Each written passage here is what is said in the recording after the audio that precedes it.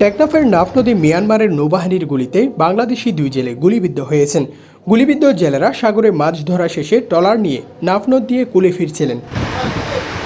রবিবার সকাল 10:30টার দিকে নাফ নদের নাইকংদিয়া এলাকায় এ ঘটনা ঘটে।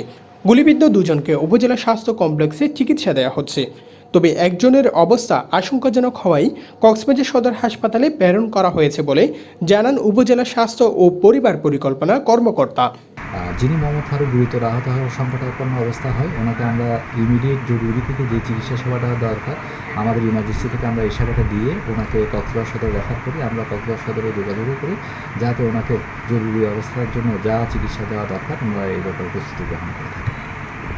আরেকজন যিনি আছেন উনি ভালো আছেন, ওনার কোনো অসুবিধা নেই। আমরা ওনাকে দেখে ওষুধ দিয়ে ওনাকে আমরা চিকিৎসা দিয়ে বিদায় করে দিয়েছি।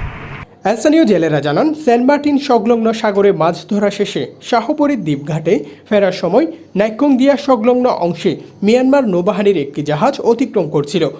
ওই জাহাজ থেকে হঠাৎ বাংলাদেশি ট্রলার লক্ষ্য করে গুলি চালানো হয়। মোহাম্মদ নাসদিগর ট্রলার এগুলা সাগরে মাছ আহরণ করতে গেছিল। ওখান থেকে মাছ আহরণ করার সময় আসার সময় অতিরিক্তভাবে বর্মার না সাগা ওনাদেরকে একজন একটা আঙ্গুল চলে গেছে অলরেডি, আর পায়ে গুলি করছে বাম পায়ে, তারপর দেন পায়ে গুলি করছে। স্থানীয় জেলেরা জানান, বাংলাদেশের জলসীমায় থেকে হাত উঁচু করে পতাকা দেখিয়ে তাদের গুলি না করতে ইশারা করা হয়েছিল, এরপরও তারা মানেনি।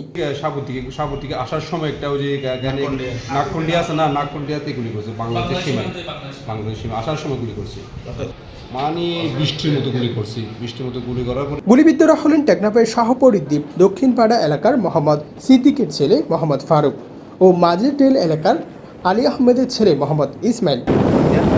News desk, TTN।